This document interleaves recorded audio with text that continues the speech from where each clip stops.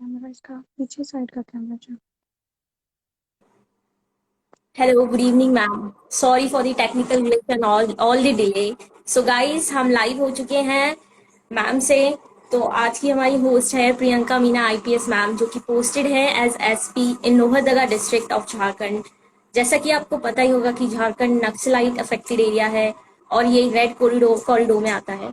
लेकिन आज मैम से हम जानेंगे उनकी यूपीएससी की स्ट्रैटेजी, कैसे उन्होंने आईपीएस क्रैक किया पहले ही अटेम्प्ट में, और कैसे आज वो अपनी ड्यूटी वर्क लाइफ बैलेंस को सब बैलेंस करके चल रही है। So very very good evening ma'am, welcome you on this platform. Good evening, hi and welcome all. आप खुद से कुछ पूछना चाहेंगी या मैं अपने हिसाब से, मुझे आपने जो अभी दो तीन लाइन मेरे सवाल होंगे। तो मेरा सबसे पहला सवाल ये है कि मैम, आपको यूपीएससी के लिए इंस्पिरेशन कहाँ से आई? आपने कब लाइफ में सोचा कि आपको यूपीएससी के लिए प्रिपेयर करना है, और आईपीएस ही क्यों? यूपीएससी के लिए जैसे प्रिपरेशन की बात थी तो बहुत मतलब बचपन में तो ऑब्वियस हम लोग इतना कुछ नहीं जानते हैं। बचपन में बस इतना था कि अच्छा लाल बत्ती वाली गाड़ी है, कुछ ऐसा है, वो एक चार्म था। लेकिन जब बड़े होते हैं तो वो हम मतलब बेसिकली भूल गई थी मैं कि अच्छा ऐसा भी कुछ है। लेकिन जब कॉलेज में थी, फाइनल ईयर में थी, देन आई स्टार्टेड थिंकिंग कि अब क्या करना है, कि जॉब के लिए कुछ तो हम लोगों को प्रिपेयर करना है या बिजनेस में जाना है। Then I started thinking about that. फिर उसी वक्त मेरे भैया थे जो कजिन थे, वो 4 ईयर से प्रिपेयर कर रहे थे यूपीएससी के लिए। तो आज कि भी कैसे आप क्या तैयारी कर रहे हैं क्या नहीं, क्योंकि मेरा फाइनल ईयर का एग्जाम चल रहा था। उसी वक्त मैं उनसे मिली और किसी फंक्शन में हम लोग मिलके और उनसे पूछ रही थी मैं। तो बोले कि अभी तुम बहुत छोटी हो, अभी अपना एग्जाम कंप्लीट करो, then we will think about it. मैंने कहा मुझे बता दीजिए थोड़ा सा। बोले कि डिफिकल्ट एग्जाम है, मैं 4 साल से दे रहा हूँ, इट्स वेरी डिफिकल्ट, तो इतने इजी से नहीं निकलता है। तो फिर मैंने कहा चलो ट्राई तो करना चाहिए। तो फिर मैंने पापा से बात की। तो पापा बोलते हैं कि यूपीएससी का एग्जाम देना डिफिकल्ट एग्जाम है, सोच लो पहले तुम इतना पढ़ पाओगी कि नहीं पढ़ पाओगी। तो मैंने कहा कि मैं एक बार अटेम्प्ट लेके देखती हूँ। फिर बोले कि ठीक है। उसके बाद बोला कि ठीक है, तो अभी तो एग्जाम फॉर्म भर ही जा रहे हैं, आप भर दो। तो फिर मैंने एग्जाम फॉर्म उस वक्त पापा ने वो भैया के साथ मिलके भर दिया था, तो मुझे आइडिया नहीं था, उन्होंने जो जो डिटेल मांगे मैंने दे दी। उसके बाद उन्होंने एग्जाम फॉर्म भरा। और एग्जाम फॉर्म भरने के बाद में फिर जब प्रिपरेशन की बात आई तो मेरे कॉलेज के एग्जाम्स थे, क्योंकि कॉलेज के एग्जाम होते हैं ना, 1 मंथ में भी होते हैं, 15 डेज गैप में भी होते हैं। तो एग्जाम्स चल रहे थे। फिर जब एग्जाम्स देते देते देन आई रियलाइज कि चलो अब एग्जाम खत्म होने वाला है। तो एग्जाम खत्म होने के बाद 15 डेज मेरा प्रीलिम्स के लिए बचा हुआ था। तो फिर मुझे लगा कि अब देखते हैं क्या किया जा सकता है। फिर मैंने उन भैया को वापस से कॉल किया। मैंने कहा भैया मैं ये वाला अटेम्प्ट दे रही हूँ, तो मुझे ना ये बता दीजिए कि क्या मैं पढूं। तो बोले 15 दिन बचे, तुम 15 दिन में क्या ही पढ़ोगी, चलो एक काम करो सिलेबस देख लो। तो फिर मुझे लगा कि सिलेबस, मैंने सिलेबस देखा, मुझे मतलब बहुत ज्यादा क्लियर नहीं था, क्योंकि सिलेबस इतना वास्ट था, आपको डिसाइड करना कि क्या पढ़ना है क्या नहीं पढ़ना, इट्स वेरी डिफिकल्ट। जी। फिर उन्होंने कहा कि चलिए ठीक है, एक काम करो, तुम्हारा जीएस तो हो नहीं पाएगा इतने कम टाइम में, तुम सी सेट थोड़ा सा कर लो। तो सी सेट के लिए उन्होंने एक बुक सजेस्ट की। वो टीएमएच की एक बुक थी जिसमें सारा कंबाइंड आता था, तो वो कंबाइंड वाली बुक मैंने ली। तो 2-4 दिन तो वो बुक मंगवाने में ही चले गए, क्योंकि बुक ऑर्डर की, फिर वो आई, फिर उसके बाद 4-5 दिन उसमें निकल गए। फिर जब बुक आई तब तक मैं और न्यूज़पेपर वगैरह कुछ जीएस का भी सोच रही थी, थोड़ा ये पढ़ूं वो पढ़ूं। लेकिन जब 2-3 दिन पढ़ने के बाद मुझे समझ में आया कि इतने कम टाइम में मैं नहीं पढ़ सकती, क्योंकि 1-2 पेज ही पढ़ पा रही थी। तो मुझे लगा इतने कम टाइम में जीएस कैसे होगा। तो मैंने सी सेट वाला, मैंने जीएस पूरा कंप्लीटली छोड़ दिया अपनी किस्मत पे। और मैंने सी सेट का जो टीएमएस था वो मैंने 2 बार प्रैक्टिस किया, मतलब 6 डेज 7 डेज का गैप मुझे मिला था।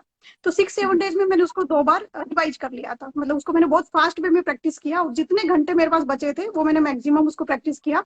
एंड फिर मैं एग्जाम में बैठी, और एग्जाम जब आया तो फर्स्ट पेपर मेरा उतना अच्छा नहीं था, क्योंकि मेरा बैकग्राउंड आर्ट्स बैकग्राउंड से है। तो जीएस के काफी क्वेश्चन ऐसे थे, जैसे हिस्ट्री ज्योग्राफी, वो मेरे से हो गए थे, वो सोल्व हो गए थे, क्योंकि वो आते थे, क्योंकि स्टडी में मैं हमेशा अच्छी रही थी।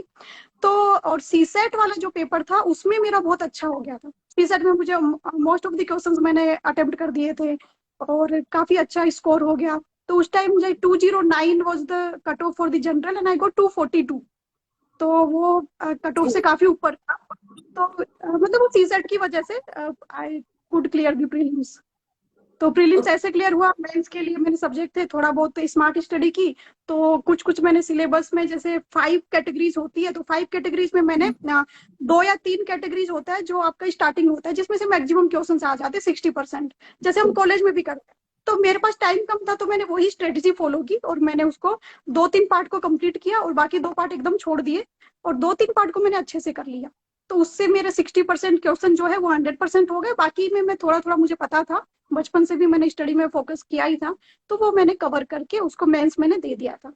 तो मेंस में भी अच्छे मार्क्स हो गए। लेकिन because I was very young and I was very mature at that time, तो इंटरव्यू में I got very less marks. Otherwise I could, मतलब I could maintain that high marks in mains also, prelims also.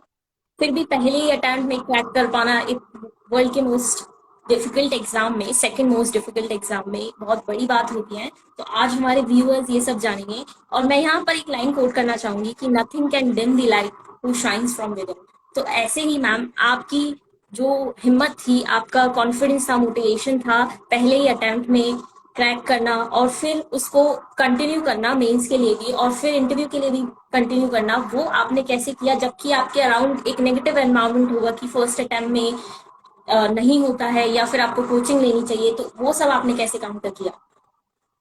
Negative environment, सबसे ज्यादा negative जो statement था, क्योंकि पहले सब लोग सीरियसली ले रहे थे, पर जब नेगेटिव स्टेटमेंट आया मुझे प्रीलिम्स के एग्जाम के बाद, एग्जाम देके तो मैं, जो मैंने बताया वो कजिन थे, उन्हीं और पापा उन्हीं के साथ वापस लौट रही थी।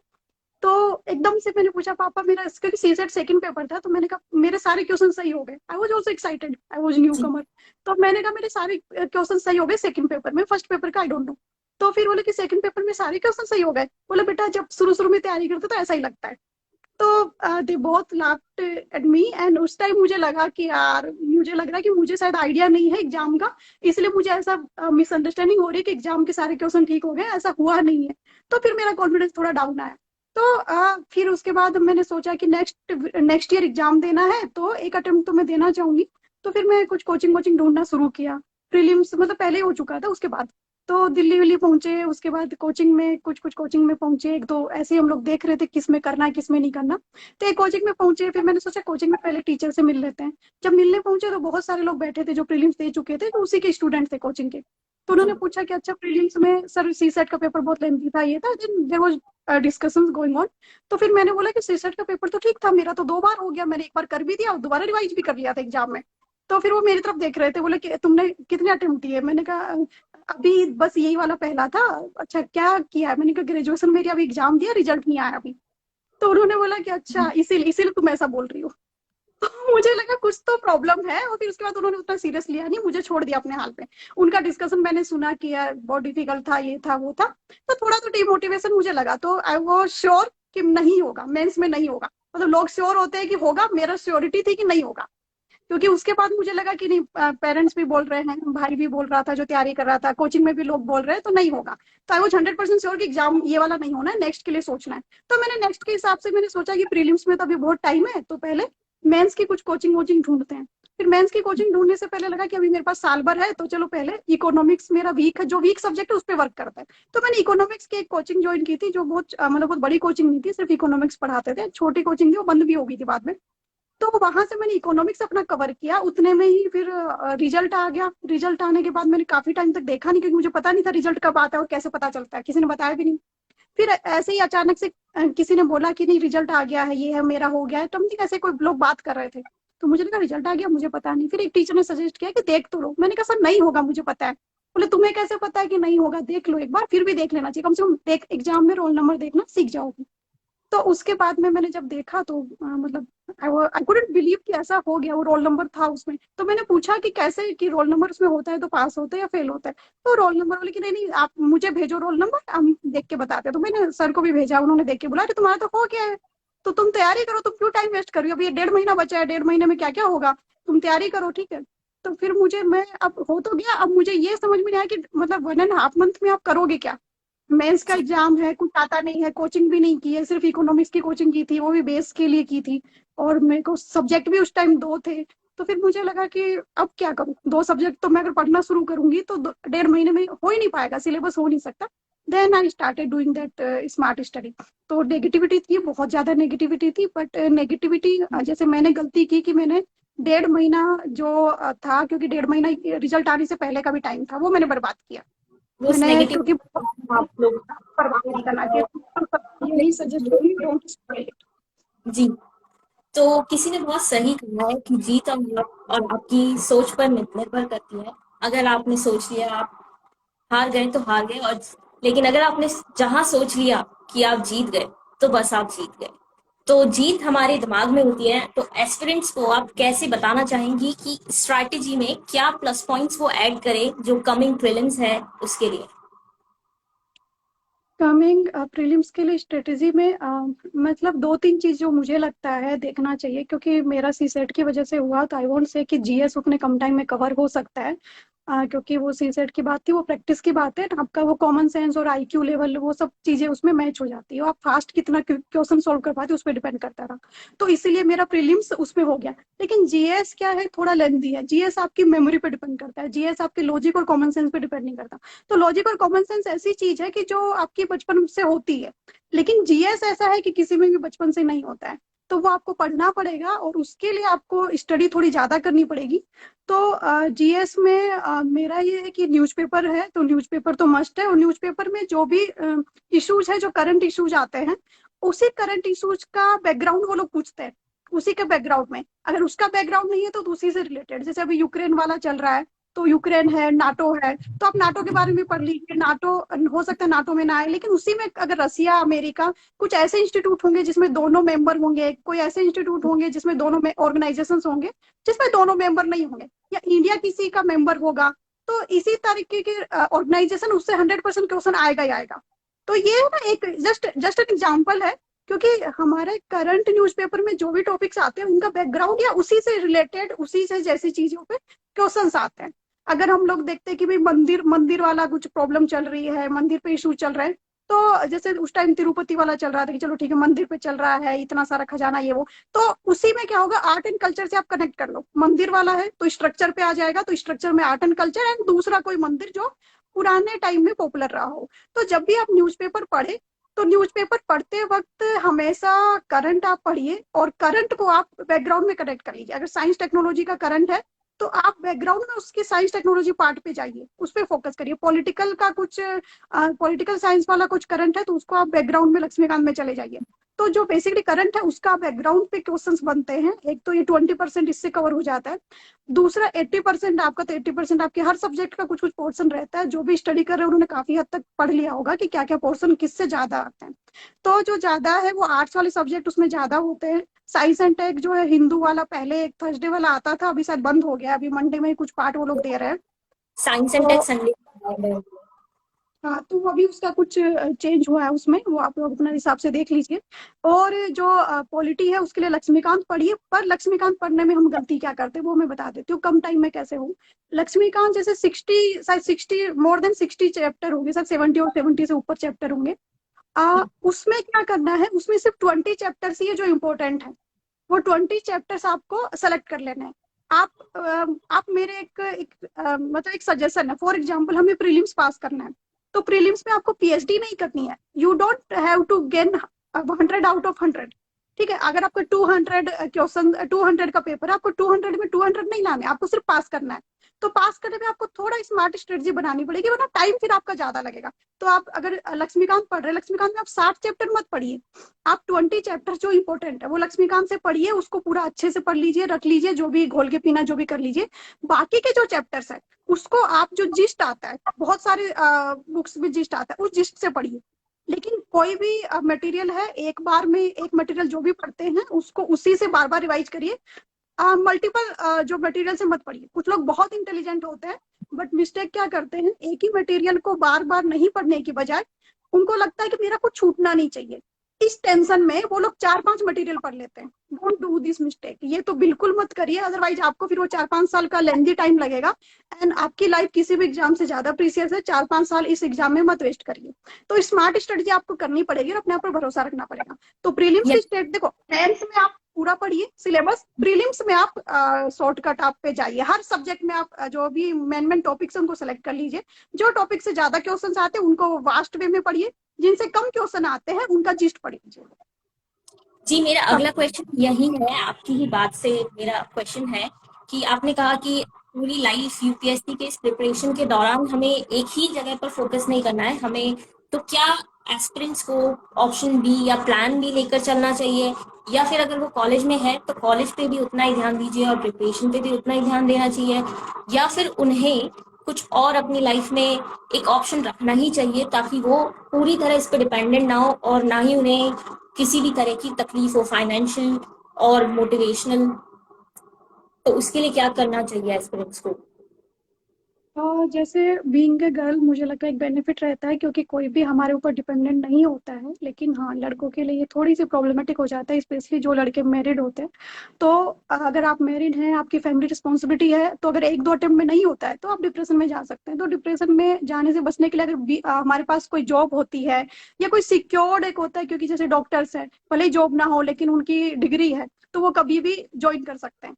तो उस तरीके की कोई डिग्री है, तो इसीलिए मैं, अगर मेरे को कोई एडवाइस पूछेगा कोई 11th के बाद 11th क्लास में क्या सब्जेक्ट ले, तो आई वुड ऑलवेज सजेस्ट कि आप आर्ट्स में इतना मत जाइए, आप किसी और सब्जेक्ट में जाइए। तो एटलीस्ट आपका जो 5 years है जो आपको पढ़ना है, उसमें आपका एक बैकग्राउंड स्ट्रांग हो जाए।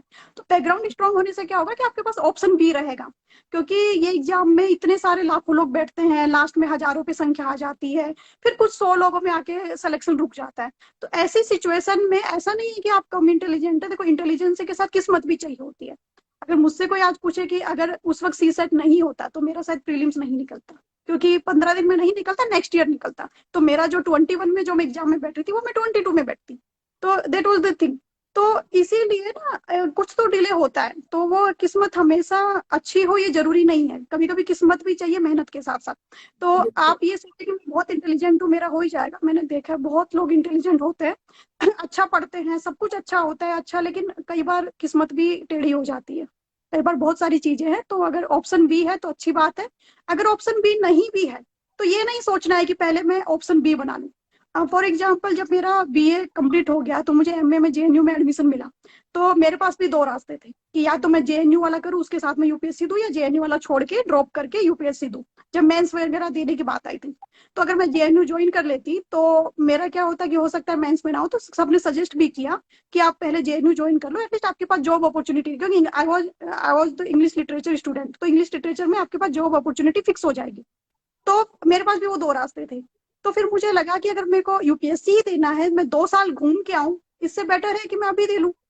तो वो जी। 2 साल बाद मैं घूम के आऊंगी, तो 2 साल वेस्ट करके फिर आऊंगी। और यूपीएससी देना है तो मैं जेएनयू से एमए करूं या नहीं करूं, इट वॉन्ट मैटर। तो मैंने अपना सिलेक्शन किया कि नहीं, मुझे अभी देना है, मुझे ऑप्शन बी नहीं चाहिए। तो मैंने जेएनयू वाला ड्रॉप कर दिया। तो जेएनयू वाला मैंने ड्रॉप किया, अब वो गलत भी हो सकता था, वो ऑप्शन उल्टा भी हो सकता है मेरा मेंस में सिलेक्शन नहीं होता, हो सकता है मैं नेक्स्ट बार एग्जाम देती हूँ, नेक्स्ट बार प्रीलिम्स भी नहीं होता, ये हो सकता है, किसी के साथ भी हो सकता है। तो उस वक्त फिर मुझे अफसोस होता कि मैंने जेएनयू वाला ऑप्शन क्यों नहीं लिया। तो लाइफ जी में मैम। ना चीजें कहीं भी जा सकती है। अगर आपको 100% श्योरिटी है कि भाई मुझे यूपीएससी करना है, मैं दुनिया में कोई भी जॉब में चली जाऊं, मुझे घूम फिर के यहीं आना है, तो फिर आप ऑप्शन बी के लिए मत जाइए। क्योंकि अगर आप ऑप्शन बी के लिए जाएंगे तो जो काम 1 साल में हो सकता है वो 3 साल में होगा। लेकिन आपको थोड़ा सा ये चाहिए कि मुझे फाइनेंशियल पहले अपना डिपेंडेंस जो है, फाइनेंशियल इंडिपेंडेंस मुझे चाहिए, और मुझे घर की रिस्पॉन्सिबिलिटीज है, तो ऑप्शन बी रख लीजिए, क्योंकि इससे आपके ऊपर प्रेशर नहीं बनेगा, कभी भी सिचुएशन में डिप्रेशन नहीं। जी। तो मैम जब सब आप पर डाउट कर रहे थे लेकिन आपने फिर भी एग्ज़ाम क्लियर किया और जब आपका रिज़ल्ट आया, तो वो मोमेंट कैसा रहा? वो आप सबके साथ शेयर कीजिए ताकि जो फर्स्ट अटेम्प्ट वाले एस्पिरेंट्स हैं उनको भी मोटिवेशन आए कि कुछ भी पॉसिबल हो है इस वर्ल्ड में और आप डेफ़िनेटली इस एग्ज़ाम को क्लियर कर सकते हैं, ये इतना भी हार्ड नहीं है, अगर सही स्ट्रैटेजी हो तो। या बिल्कुल, बिल्कुल करेक्ट है। अगर सही स्ट्रेटेजी हो तो एग्जाम को आप पास कर सकते हैं। एग्जाम में क्या, लाइफ में कोई भी चीज हो, अगर आपकी स्ट्रेटेजी सही है और आप सही डायरेक्शन में है, फोकस्ड है और हार्ड वर्किंग है, तो कुछ भी अचीव किया जा सकता है, नथिंग इज इम्पॉसिबल। इस एग्जाम में प्रीलिम्स तक मुझे प्रॉब्लम आ रही थी, बिकॉज ये सबको लग रहा था नहीं होगा, बट जब प्रीलिम्स हो गया और प्रीलिम्स होने के बाद एवरीबडी वर शॉक्ड, तो जो शॉकिंग वाला माहौल था वो मेरे घर में प्रीलिम्स के सिलेक्शन के बाद था। उसके जी। बाद कुछ दिनों में उन्होंने उसको एडजस्ट किया कि प्रीलिम्स इसका हो गया है। तो फिर उसके बाद में जो कजिन थे उन्होंने पूछा कि अच्छा कैसे हुआ प्रीलिम्स, उनका वो सवाल था फर्स्ट कि यार मैं 4 साल से दे रहा हूँ। तो मैंने कहा मुझे नहीं पता, मैंने ये किया है, अब आप देख लो। उसके बाद पापा और श्योर कि नहीं, मेरी मेंस की राइटिंग अच्छी है, राइटिंग स्किल बहुत अच्छी है, तो राइटिंग स्किल के बेस पे मेंस तुम्हारा हो जाएगा। तो ही वॉज कम्प्लीटली श्योर, उन्होंने बोला कि नहीं, मैं कंफर्म हूँ कि तुम्हारा अब ये पूरा एग्जाम फाइनली निकल जाएगा। फिर मैं थोड़ा सा डरी हुई थी, उसके बाद मैं थोड़ी डरी हुई थी, वो पॉजिटिव हो गए थे, मैं थोड़ा डर गई थी, क्योंकि अब आप जब एकदम से अच्छा परफॉर्म कर देते हैं तो एकदम से प्रेशर भी बहुत आ जाता है। फिर वो प्रेशर आया कि नहीं अब क्या, अब मेंस में नहीं हुआ तो क्या सोचेंगे ये लोग, क्या होगा क्या नहीं। हम लोग सोचते हैं जब हम एग्जाम, पहले तो हम लोग गांव से शहर में आते हैं, दिल्ली जब आते हैं तो पहला तो यही होता है कि हम वापस जाके रिश्तेदारों को क्या बोलेंगे, अरे यूपीएससी की प्रिपरेशन करने गया था तो अब क्या। तो वही वो वाला ही फियर मेरे अंदर आ गया कि अरे प्रीलिम्स निकल गया, अब मेंस नहीं निकला तो सब लोग बोलेंगे अरे प्रीलिम्स तो निकल गया था, मेंस तुक्के में निकल गया था, तो ये सब बोलेंगे। तो अब मुझे वो डर आया मेरे दिमाग में। तो मैं भी 5-6 दिन तक पढ़ नहीं पाई थी। मतलब वो 5-6 दिन तक मेरे दिमाग में वही घूमता रहा, क्या पढूं क्या नहीं, छोड़ू क्या, सिलेबस क्या, न्यूज़पेपर कैसे होगा क्या नहीं होगा, नहीं हुआ तो क्या। तो बहुत, लेकिन then I remember one incident कि मैंने बताया जब मैं इकोनॉमिक्स वाली कोचिंग कर रही थी तो वहां पे मुझे एक भैया मिले थे। उन्होंने, मैं जब पानी पी तो बोला तुम्हारा प्रीलिम्स निकला है, मैंने कहा हाँ भैया निकला तो है।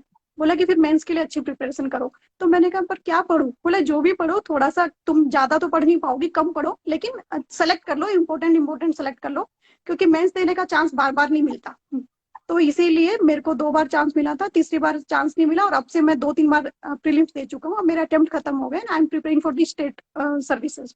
तो जी। फिर मुझे वो डर घुसा एंड फिर मैंने वो हिम्मत नहीं, मैंने कहा ये अटेम्प्ट मुझे खोना नहीं है, चाहे कुछ भी हो जाए मैं अपना 100% दूंगी। उसके बाद फिर मैंने वापस से उठाया सब कुछ और सारी स्टडी फिर से स्टार्ट की, और फिर मैंने स्मार्ट स्टडी की, मैंने बताया जैसे 5 सेक्शन थे तो मैंने सेक्शन को डिस्ट्रीब्यूट किया, 3 सेक्शन को मैंने पढ़ा, 2 सेक्शन को मैंने छोड़ दिया। और वो 3 सेक्शन में भी मैंने इंपॉर्टेंट इंपॉर्टेंट चीजें पढ़ ली, कि भाई अगर एक टॉपिक है उसमें से हर टॉपिक के मैंने 10-10 पॉइंट थोड़े याद कर लिए, क्योंकि उतने कम टाइम में इतना पॉसिबल नहीं था, तो 10-10 पॉइंट मैंने याद किए। मैप भी पढ़ा तो मैप को भी मैंने टुकड़ों में पढ़ा, तो मतलब एक एक तो होता है ना कि होता है कि आपकी जो बहुत ही इंपॉर्टेंट चीजें होती है, इंपॉर्टेंट लाइंस होती है, वो आप मैंने पढ़ लिया, तो बिटवीन द लाइंस वाला। मल्टीपल रिवीजन होने चाहिए। तो हमारे व्यूअर्स अब जानना चाहेंगे कि मैम आप जिस एरिया में पोस्टेड हैं वहां पर आप क्या चैलेंजेस फेस कर रही हैं और उनसे कैसे आप रोज डेली डे टू डे में उन्हें कैसे मैनेज करती है, क्या आपका रूटीन रहता है?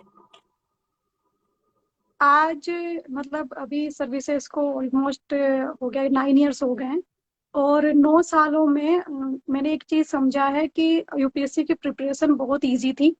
मतलब अब जो हम काम कर रहे हैं उसका 10% थी, 10% टेंशन थी, 10% स्ट्रेस था, 10% वर्क था। तो अगर कोई भी मुझे राजेंद्र नगर, मुखर्जी नगर या दिल्ली में किसी भी कोने में बैठ के प्रिपरेशन कर रहे हैं, तो मैं आपसे यही बोलूंगी कि आप जो कर रहे हैं वो 10% एनर्जी है, तो उससे मत घबराइए। क्योंकि एक रूम में बैठ के जिसमें आपका जो भी पेमेंट है वो घर वाले दे रहे हैं, आपके पास एसी है, पंखा है, अच्छा खाना जो है आपको नहीं बनाना, मतलब बहुत अच्छी सिचुएशन में आप बैठे हैं। आपकी रिस्पॉन्सिबिलिटी सिर्फ इतनी है कि अच्छा खाइए और अच्छा स्टडी करिए, and you don't have any other responsibility. अब जब हम जाते हैं फील्ड में, जो मैं आज हूँ, तो आज मैं जिस फील्ड में हूँ वहां पे हम लोग देखते हैं ये सर्वाइवल की प्रॉब्लम है, कि हम लोग, क्योंकि मेरा नक्सल डिस्ट्रिक्ट है, और नक्सल डिस्ट्रिक्ट में होता क्या है कि जैसे अभी हम लोगों का लास्ट एक ऑप्स हुआ है, जो कि झारखंड का अब तक का सबसे मोस्ट सक्सेसफुल ऑप्स काउंट हो गया है, क्योंकि उसमें हमारी अचीवमेंट्स थी वो एकदम मतलब बिल्कुल अनरियलिस्टिक टाइप की थी, जो अब तक कभी हुआ ही नहीं। तो हम लोगों ने मतलब पूरे 4 डिस्ट्रिक्ट के ग्रुप्स को जो डैमेज किया है, तो वो एक ही ऑप्स में लगातार हम लोगों ने 8 से 21 तक हम लोगों का ऑप्स चला है। तो इतना लंबा ऑप्स जो हुआ है हम लोगों का 12-13 दिन का, उसमें इतना बड़ा ऑप्स चलाना, क्योंकि हर दिन आपको जंगल में जहाँ पे आईडीज है, तो आईडीज में आपको पता नहीं होता नेक्स्ट कदम पे क्या होगा। मतलब हम लोग जब ऑप्स में जाते हैं, मैं खुद ऑप्स में जाती हूँ, तो एक अगले कदम पे हो सकता है मैं वापस ही ना लौटूं। हर ऑप्स के बाद मुझे लगता है कि शायद मैं वापस ही ना आऊं, इसमें एक आईडी ब्लास्ट होगी और जिंदगी वहीं खत्म हो जाएगी। और ये सिर्फ डर मुझे ही नहीं, जो मेरे फोर्सेज होते हैं उसमें भी सब में होता है, फिर भी लोग लड़ते हैं, फिर भी हम रियलिटी में नक्सल ऑपरेशंस में लड़ते हैं, आईडी प्रोन एरिया में जाते हैं, रिस्क लेते हैं। अभी इस ऑप्स में भी हमारे 3 जवान हैं जिनका पैर डैमेज हो गया था आईडी की वजह से। तो हम लोग फिर भी अंदर गए, हमने फाइट की, फाइट करके उनको वहां से निकाला निकाला इसमें हम लोगों के इतने सारे नक्सली पकड़े गए, कुछ मर गए, उनके हथियार वथियार जब्त हुए। तो ये सारा जो हुआ है वो मतलब हिस्ट्री था, ये हिस्टोरिकल अचीवमेंट थी। तो वो हिस्टोरिकल अचीवमेंट में मुझे एक चीज रियलाइज हुई कि अगर अब मुझे कोई पूछे कि वापस जाके पढ़ाई करो, मैं बता रही हूँ कि मैं ना मतलब किसी को टॉपर तो नहीं बनने दूंगी, क्योंकि वो इजी था, वो इजी था। This is most difficult thing we are doing, क्योंकि यहाँ पे पता नहीं कि नेक्स्ट डे हम लोग सर्वाइव कर पाएंगे नहीं कर पाएंगे। तो जो रिस्पॉन्सिबिलिटीज होती है ना, रिस्पॉन्सिबिलिटीज आपको सिखाती हैं कि जो पिछला पार्ट था वो इजी था। तो इसीलिए अगर आपका अटेम्प्ट सेलेक्ट होते हैं अच्छी बात है, नहीं भी होते हैं तो भी लाइफ में बहुत सारी अपॉर्चुनिटीज है, लाइफ बड़ी है, एग्जाम कुछ नहीं है, तो कोई डिप्रेशन में आके एग्जाम में बहुत बहुत सारे लोग डिप्रेशन में आ जाते हैं। डिप्रेशन में नहीं आना, अगर नहीं भी होता है, लाइफ बहुत बड़ी है, आप कुछ और बन सकते हैं, आप बिजनेस कर सकते हैं, आप पता बहुत सारे आप पॉलिटिशियन बन सकते हैं, बहुत अलग कोई जॉब कर सकते हैं। तो कभी लाइफ को कॉम्प्रोमाइज नहीं करना है। दूसरा है कि आप जो कर रहे हैं इस वक्त के लिए, उसमें आपकी रिस्पॉन्सिबिलिटी सिर्फ पढ़ाई करना है और अपने पेरेंट्स को प्राउड फील करवाना है। That's your job. तो और अदरवाइज जॉब में जब हम आ जाते हैं तो रिस्पॉन्सिबिलिटी भी आपकी है, जो पेरेंट्स वाली रिस्पॉन्सिबिलिटी है वो हमारी हो जाती है। यूपीएससी में जितने भी सेलेक्ट होते हैं सारे कैंडिडेट्स अपने डिपार्टमेंट के भी सीनियर होते हैं। तो जब आप सीनियर हो, आप बोथ हो, तो आप रिस्पॉन्सिबल हो। तो अब मुझे पता है कि मेरे पास 1000 की संख्या में जो हमारे कांस्टेबल्स भी हैं, इंस्पेक्टर्स भी हैं, उन सबकी रिस्पॉन्सिबिलिटी मेरी है। जब अपने सामने किसी को मरते हुए देखते हैं ना, मतलब दैट इज द मोमेंट जब लगता है कि नहीं, ये नहीं होना चाहिए। तो उनको बचाने के लिए हम लोग नक्सल एरिया में काम करते हैं, इतनी पब्लिक के बीच में काम करते हैं। बहुत सारी पब्लिक ऐसी है, जब नक्सल एरिया में हम जाते हैं तो उनको पता ही नहीं है टीवी क्या होती है, जी। अभी भी वो उस एरा में रह रहे हैं। तो जो भी तैयारी कर रहे हैं यूपीएससी के लिए, you are very lucky people, we are very lucky people, कि हम लोग वहां तक पहुंच पाते हैं, उतना स्टडी कर पाते हैं। नक्सल एरिया में उनके पास स्कूल ही नहीं है, स्कूल जितने भी बनाते हैं सब नक्सलवादी उसको ब्लास्ट कर देते हैं। तो स्कूल ही नहीं है उनके पास में, और कुछ रोड नहीं है, तो गाड़ियां नहीं आती। नदी के टाइम में, जब बारिश का टाइम होता है, वो लोग नदी क्रॉस नहीं कर पाते। मतलब मैंने खुद ने नदियां क्रॉस की हैं, पानी क्रॉस किया है। एक बार ऐसा हुआ था कि डूबने वाली सिचुएशन हो गई थी, हम लोगों के पूरे गाड़ी वाड़ी बाइक वाइक सब फंस गई, हम लोग डूबने वाली कंडीशन में तैर के निकल रहे हैं। तो ये सिचुएशन है, रियलिटी ऐसी है। दिल्ली में बैठ के हम लोगों को लगता है जब हम स्टूडेंट होते हैं, तो इसीलिए तो वो बहुत इजी काम है। आप पढ़ाई करिए, अच्छे से पढ़ाई करिए, टॉपर बनिए। और नक्सल एरिया में काम करने का एक्सपीरियंस, मतलब आई फील वेरी प्राउड, क्योंकि और कोई जॉब ना ये अपॉर्चुनिटी नहीं देती। इतना ग्राउंड लेवल पे काम करने की कोई जॉब अपॉर्चुनिटी दे ही नहीं सकती, पॉसिबल ही नहीं है। जी, हमें बहुत लगता है मेट्रो सिटी में बैठ के बहुत अच्छी जॉब करके खुश रहते हैं, बट खुशी एक अलग चीज है और एक सेटिस्फेक्शन अलग चीज है। खुश हम किसी भी मूवमेंट में रह सकते हैं, बट जो सेटिस्फेक्शन होता है ना, कि जब हम शाम को अपना इतना फोर्स को लेके गए थे और कुछ अचीवमेंट करके वापस लौटे हैं, और कोई नक्सल, किसी गांव को हमने नक्सल से मुक्त करवाया है, तो वापस जब आते हैं ना और देखते हैं कि यार वो 200 लोग, जो 200 लोग खुश हैं, एक स्कूल हम बनवा देते हैं, तो लगता है कि यार वो लोग खुश हैं। एक पुल बन जाता है सिक्योरिटी देके, तो वो नदी क्रॉस, जो वो एकदम पैर उनके गल जाते हैं उसको क्रॉस करने के चक्कर में। वैसे वो पुल को नॉर्मली, उस पुल पे जब पब्लिक चलती है ना, तो मतलब that gives you that satisfaction. और वो सेटिस्फेक्शन किसी बड़ी जॉब में या फिर मेट्रो सिटीज में बैठ के नहीं मिल सकती। वो खुशी और वो सेटिस्फेक्शन जो मिलता है ना, that is unparalleled, you can't get it from anywhere. Definitely ये एक बहुत ही थ्रिलिंग, साथ में बहुत ही मोटिवेशनल और एक अचीविंग का एक्सपीरियंस आपका रहता है। तो मेरा अगला सवाल रहेगा कि सरदार वल्लभ भाई पुलिस एकेडमी में आपका क्या रूटीन रहता था, क्या दिनचर्या रहती थी, किस तरह की आपको हार्ड वर्क और ट्रेनिंग वहाँ पे कराई जाती थी, ताकि आने जो लोग सोच रहे हैं आईपीएस के लिए वहां जाने के लिए, वो कुछ पहले से फिजिकल फिटनेस में कुछ अपना कर पाए। अगर कोई मतलब ऐसा नहीं है कि कोई भी पर्सन वो ट्रेनिंग नहीं कर पाता है। जितने भी लोग होते हैं, चाहे वो कोई भी 45 वेट हो या 120 वेट हो, वो लोग ट्रेनिंग कर लेते हैं। लेकिन हाँ, अगर आप पहले से फिजिकली थोड़ा फोकस करते, क्योंकि इसमें होता है क्या, यूपीएससी वाले प्रिपरेशन में इतना स्टडी मांगता है कि स्टडी करने के लिए आप है ना एकदम कंप्लीटली कन्फाइंड हो जाते हैं अपने रूम में, और तभी वो स्टडी पॉसिबल है, तभी वो टारगेट पॉसिबल है। तो एग्जाम से पहले की लाइफ जिसमें आपको स्टडी करनी है, फिजिकल कुछ करना नहीं है, एक एग्जाम के बाद की लाइफ, स्पेशली जब आप आईपीएस वाले एग्जाम में आ जाते हैं, तो फिजिकली आपको एकदम से वो आपकी लाइफ चेंज होती है। लाइफ चेंजिंग मोमेंट होता है जब आप पूरा 5 o'clock उठते हैं। फिर उसके बाद में, जबकि यूपीएससी में एग्जाम करने वाले बहुत सारे लोग जल्दी भी उठते हैं और कुछ लेट भी उठते हैं, तो 5 o'clock उठना ही पहले अपने आप में आधे से ज्यादा लोगों के लिए थोड़ा डेंजरस वाली वो सिचुएशन बैठती है। फिर 5 o'clock उठो, फिर आप एक्सरसाइज करो, फिर 8:30 आपका शेड्यूल खत्म होगा। फिर आप आओ, फिर आपके पास ज्यादा टाइम नहीं है क्योंकि 9 o'clock अगेन शेड्यूल है। फिर आप ब्रेकफास्ट कर रहे हो, फिर इधर भाग रहे हो, उधर भाग रहे हो, देखो आप क्लास में जा रहे हो, फिर क्लास आपकी चल रही है सेकंड हाफ तक। फिर आपकी सेकंड हाफ में 1:30 पे आपकी क्लास खत्म होगी, 1:30 में आपका ब्रेक मिलता है जो 3 o'clock खत्म होता है। 3:15 पे अगेन आपको ग्राउंड पे होना है, फिर ग्राउंड वाले जो भी शुरू होता है। तो फिर उसके बाद आप 6 o'clock फ्री हो रहे हो, 6 o'clock फ्री होने के बाद फिर आपके कुछ ना कुछ अटैचमेंट्स होते हैं। फिर इस तरीके से पूरा शेड्यूल ना, मतलब आईपीएस का थोड़ा टफ होता है, बाकी ट्रेनिंग जो आईपीएस की, लेकिन आईपीएस जैसी मजेदार ट्रेनिंग भी कोई नहीं होती। क्योंकि जो आपने सोचा नहीं होगा, लोग उतना एडवेंचर करने के लिए उतना मनी दे के जाते हैं। कोई ऋषिकेश पे जाके बंजी जंपिंग कर रहा है, कोई रिवर राफ्टिंग कर रहा है, कोई रॉक क्लाइंबिंग कर रहा है, कोई कुछ भी एडवेंचरस स्पोर्ट्स हम लोग जो जो सोचते हैं, आप ड्राइविंग कर रहे हैं, आप हॉर्स राइडिंग कर रहे हैं, तो जो जो भी हम सोचते हैं वो आईपीएस की ट्रेनिंग में सब आपको करवाया जाता है, वो भी फ्री ऑफ कॉस्ट, इवन आप ही को पे किया जाता है।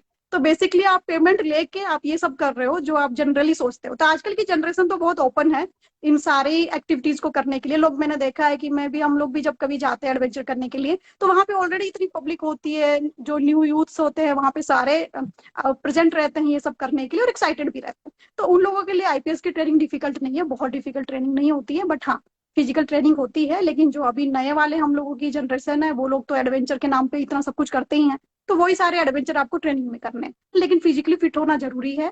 और आईपीएस की ट्रेनिंग मतलब मुझे लगता है सबको करनी चाहिए, क्योंकि इजराइल में ऐसा रूल है कि आप स्कूल के बाद 2 साल आप फिजिकल फिटनेस पे वो लोग ट्रेनिंग करवाते हैं। तो वो ट्रेनिंग मुझे लगता है इंडिया में होनी चाहिए, दैट्स वेरी गुड, क्योंकि उसके बाद आपको फिजिकल फिटनेस की आदत हो जाती है। जी मैम, बहुत सी यूनिवर्सिटीज में और बहुत सी कंट्रीज में, जैसे साउथ कोरिया में भी ये रूल है कि वो उनका सारा यूथ मिलिट्री में सर्व करना ही होगा उन्हें।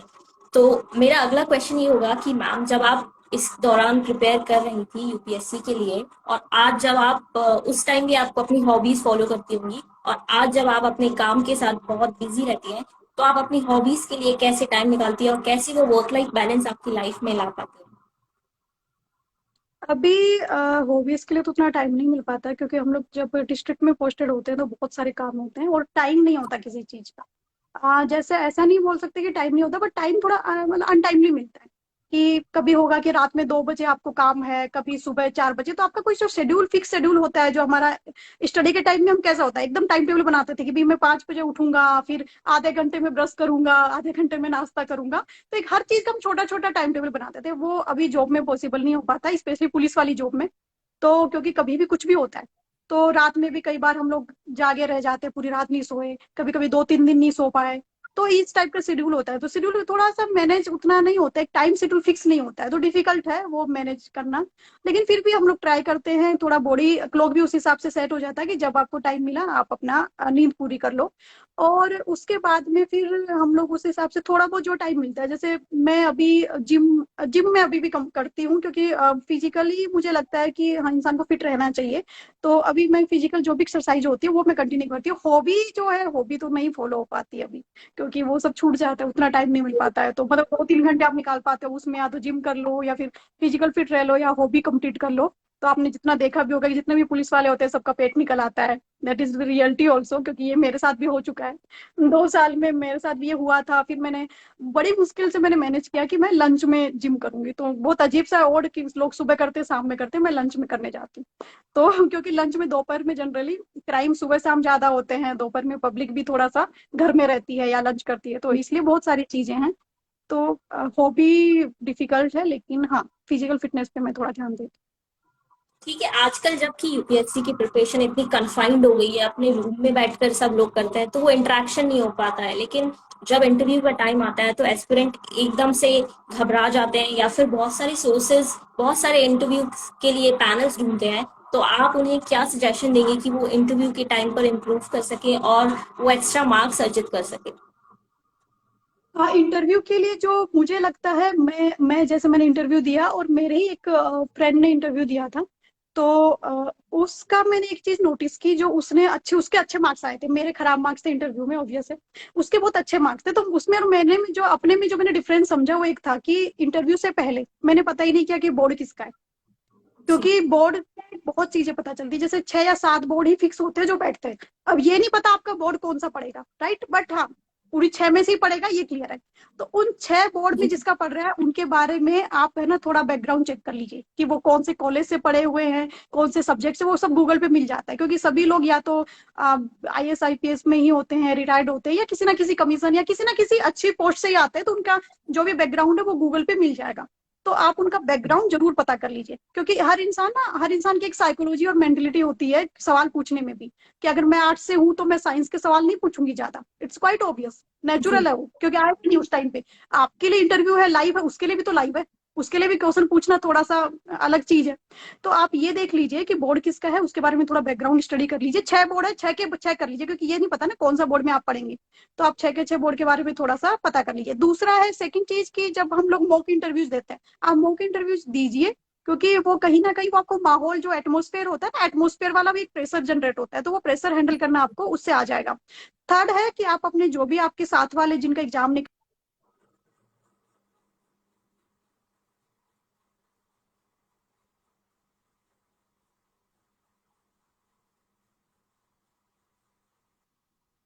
करने से होगा क्या कि जो ग्रुप डिस्कशन से आप है ना ज्यादा क्वेश्चंस पूछेंगे, तो क्वेश्चंस क्या हो रहा है, वो भी स्टडी कर रहा है, आप भी स्टडी कर रहे हैं, वो भी करंट पढ़ रहा है, आप भी करंट पढ़ रहे हैं, तो वो क्वेश्चन कहाँ से पूछेगा, जो उसने पेपर पढ़ा है।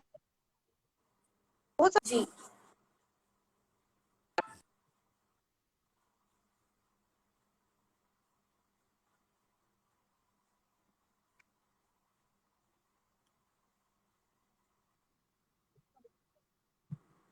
तो इट्स ओके। ये तो ये आप पढ़ सकते हैं अपने जो भी आपके साथ वाले लोग हैं उनके साथ थोड़ा सा इंटरेक्शन आप करिए। इंटरेक्शन आपका होपफुल होगा क्योंकि आप ज्यादा टाइम दे पाएंगे, ज्यादा टाइम क्वेश्चंस वगैरह होगा तो आपको काफी उसमें हेल्प मिलेगी।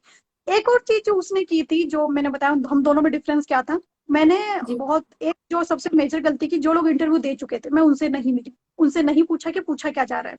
क्योंकि आप कभी भी एक सवाल पूछ के देखिएगा, आप खुद इंटरव्यू लेने वाले बन जाइए और किसी अपने फ्रेंड को बोलिए आप इंटरव्यू दो, आप यकीन मानिए 5 से ज्यादा सवाल नहीं पूछ पाएंगे। It's very difficult to ask question, क्योंकि आप खुद आज क्वेश्चन पूछ रही हैं, तो क्वेश्चन पूछना भी अपने आप में डिफिकल्ट होता है, बहुत माइंड लगाना पड़ता है उसमें, बहुत कंसंट्रेशन के साथ सुनना पड़ता है, अपना नेक्स्ट क्वेश्चन प्रिपेयर करना पड़ता है, it's very difficult, it's not normal thing. तो जो इंटरव्यू पूछने वाला भी है वो क्या करता है कि एक एक दो क्वेश्चन जो है हर कैंडिडेट से पूछता है। जैसे आज इंटरव्यू, कल किसी का इंटरव्यू होगा तो बार बार क्वेश्चन घूम के आते हैं। तो आप जितने भी आप चले जाइए जहां इंटरव्यू हो रहा है, आप मेन गेट पे खड़े हो जाइए, क्योंकि वो फ्रेंड करता था, उसने किया वो, और उसके अच्छे मार्क्स आए, बहुत हाई मार्क्स थे उसके इंटरव्यू में, उसका इंटरव्यू की वजह से सिलेक्शन हुआ, क्योंकि उसके इंटरव्यू में मुझसे मुझे लग रहा है 100 मार्क्स ज्यादा थे। और 100 मार्क्स में तो लो और हाई रैंक उतना ही डिफरेंस होता है। तो उसने ये किया, वो हर दिन जाता था यूपीएससी का जो गेट है वहां पे खड़ा होता था जहां इंटरव्यूज हो रहे थे, और हर कैंडिडेट जो निकल रहा था उससे पूछता था आपसे क्या पूछा, वो बताते थे यार 2-3 सवाल जो भी बताते थे, आपसे क्या पूछा, फिर 2-3 सवाल, वो सारे सवाल है ना रिकॉर्ड कर ले रहा था। और लास्ट में उसके पास एक कलेक्शन था, उसने सारे सवाल रेडी कर लिए, और सारे सवाल रेडी करने के बाद उसमें से 4-5 क्वेश्चन जो रिपीटेड थे, और वो ऑलरेडी प्रिपेयर्ड था उनके लिए। तो ऑब्वियस है जब आप स्पेसिफिकली प्रिपेयर्ड हो तो आप बाकी लोगों से अच्छा आंसर दोगे, तो आप अच्छा जी। आंसर दोगे तो अच्छा मार्क्स लाओगे। तो उसने लिए मुझसे 100 मार्क्स ज्यादा लिए थे, जबकि मैंने ये सब नहीं किया था। तो इसीलिए आप लोग ये सब कर लीजिए, हर एग्जाम का एक पैटर्न होता है, स्ट्रेटेजी होती है, वो स्ट्रेटेजी वर्क करती है। जी।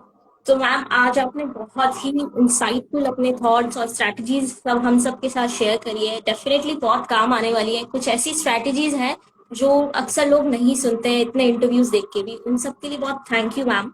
और आपने आपके बिजी स्केड्यूल में से टाइम निकाला, सब कुछ मैनेज किया, उसके लिए भी बहुत धन्यवाद आपका। कुछ थैंक यू। जो आप एस्पिरेंट्स को देना चाहेंगी। स्टूडेंट्स के लिए इतना ही है कि अगर आपने सोच लिया है तो करिए इसको। और बहुत सारी चीजें हैं कि किसी को फॉलो करने का मत सोचिए, अगर किसी ने बोला है मैंने इतने घंटे पढ़ा उतने घंटे पढ़ा, मत सोचिए। आप अपनी कैपेसिटी एनालाइज करिए कि ये सिलेबस है, ये मेरा टारगेट है, पेपर ऐसा आएगा, इस पेपर को पढ़ने के लिए मैं कैसे अचीव कर सकता हूँ। अगर फैक्ट्स आते हैं तो मैं कैसे फैक्ट्स पढ़ के, मेरा रटने की कैपेसिटी क्या है, अंडरस्टैंडिंग कैपेसिटी क्या है, वो आप अपनी कैपेसिटी को सोचिए, उसके हिसाब से वर्क करिए। आपको लिख के याद होता है, बोल के याद होता है, किसी को पढ़ा के याद होता है, किसी से पढ़ के याद होता है, आप अपनी कैपेसिटी क्या है उसको जज कर लीजिए पहले। आपको कैसे याद होता है, आपको रात में पढ़ने की आदत है, दिन में पढ़ने की आदत है, आप अपने हिसाब से, किसी के हिसाब से चेंज मत करिए। जी। आपको टारगेट एक है, लेकिन उसके रास्ते में जाने के तरीके हजार होते हैं, आपको कैसे जाना है आपको डिसाइड करना है। टॉपर्स अपना बताते हैं पर वो आपके ऊपर 100% सूट हो ये जरूरी नहीं है, तो ब्लाइंडली मत जाइए। आप अपने आप को जज करिए, अपने ऊपर भरोसा करिए, अपने हिसाब से चीजें करिए। और बहुत लोग नेगेटिव भी बोलेंगे, बहुत लोग पॉजिटिव भी बोलेंगे, अगर पॉजिटिव बोल रहे हैं तो आप तुरंत उसको करिए। लेकिन अगर कोई नेगेटिव बोल रहे हैं तो एक कान से सुनना है, दूसरे कान से निकाल देना है। क्योंकि पॉजिटिव सुन के हो सकता है कि आपका कुछ अच्छा हो जाए, पर नेगेटिव सोच के या नेगेटिव समझ के या नेगेटिव सुन के कुछ अच्छा तो होगा नहीं, 100% नहीं होगा। तो नेगेटिविटी का तो कोई बेनिफिट ही नहीं है सच। तो नेगेटिविटी जी। तो एकदम बिल्कुल एक कान से सुन के दूसरे कान से निकाल लेना है। एंड लास्ट में मैं इतना ही बोलूंगी कि सीढ़ियां उन्हें मुबारक जिन्हें छत तक जाना है। सीढ़ियां उन्हें मुबारक जिन्हें छत तक जाना है। आपकी मंजिल आसमान है, आपकी मंजिल आसमान है, आपको आपका रास्ता खुद ही बनाना।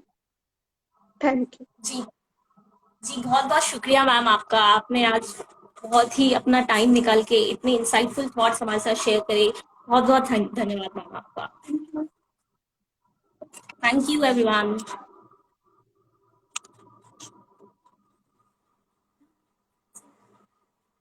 शेयर करें।